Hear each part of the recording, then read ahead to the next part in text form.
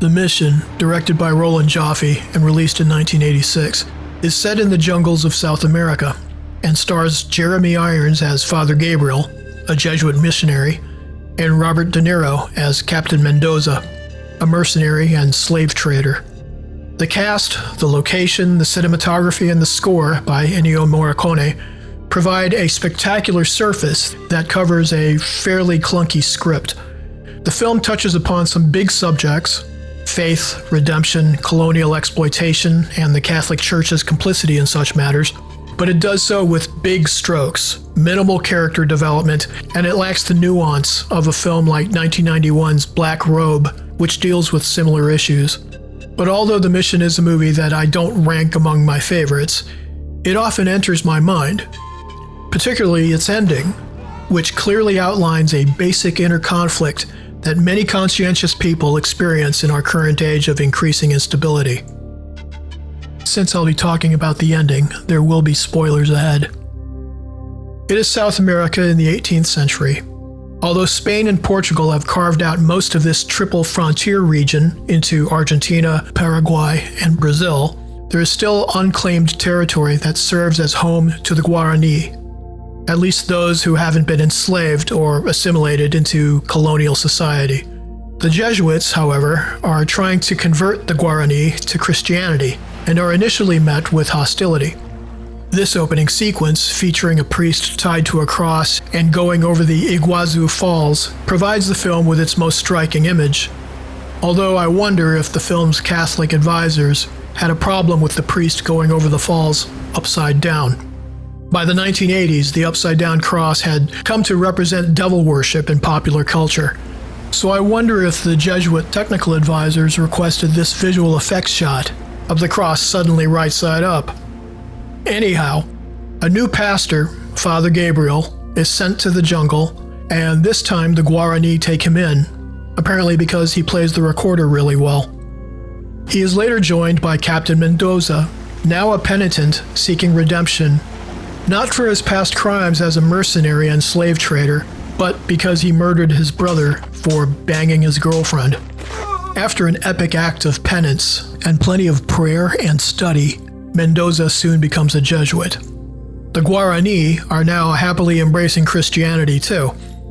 The film's depiction of them is pretty simplistic. They don't even have names. The two most fleshed out Guarani characters, the chief and the boy, are actually credited as Indian Chief and Indian Boy. Life in the Mission is as cozy and wonderful as Gauguin's paintings of Tahiti. In this environment, a more corruptible priest could easily turn into Colonel Kurtz in Apocalypse Now. Maybe that's what happened to this guy. Ultimately, this jungle Eden is threatened by the Portuguese, who claim the land for themselves and want the mission cleared out. The Jesuits and the Guarani refuse to leave, and here's where that central inner conflict comes into play. Father Gabriel will stay. Mendoza will stay and fight.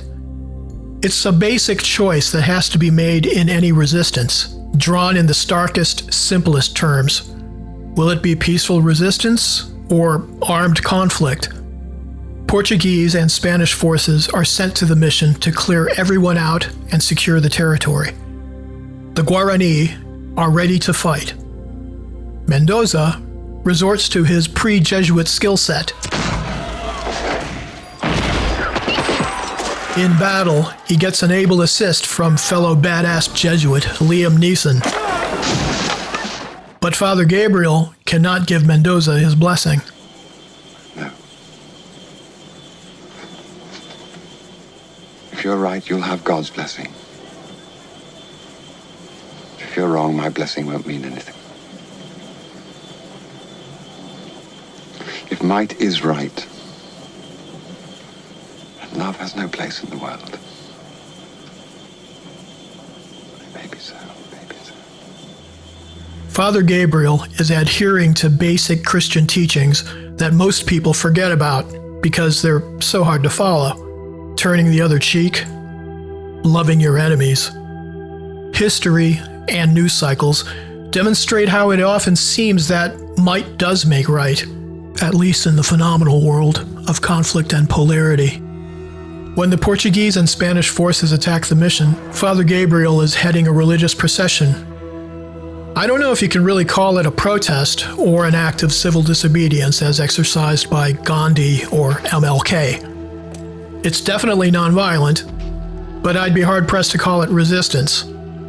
Another big British epic from the 1980s, Gandhi, depicted the Jallianwala Bagh massacre of protesters calling for Indian independence from Britain. Clearly, the protesters had no intention of getting themselves killed, but this tragedy did have a great political impact and spurred growing sympathy for Indian independence. Should we issue a warning, sir? They've had their warning. Father Gabriel's procession is not so much a protest as it is a pure expression of principles. It's not tactical. It would be naive to think that this gesture may change the hearts and minds of an invading force, and there are no photographers or journalists to give this sacrifice any political traction. Father Gabriel chooses nonviolence simply because it's right. Mendoza is also killed in the conflict, but he may have lost his soul in the process, or at least acquired more karmic baggage. Many would argue that Mendoza is acting purely on principle as well. The freedom fighter, the revolutionary, the terrorist is convinced that acts of violence can serve the greater good. What is my sacrifice? I'm condemned to use the tools of my enemy to defeat them.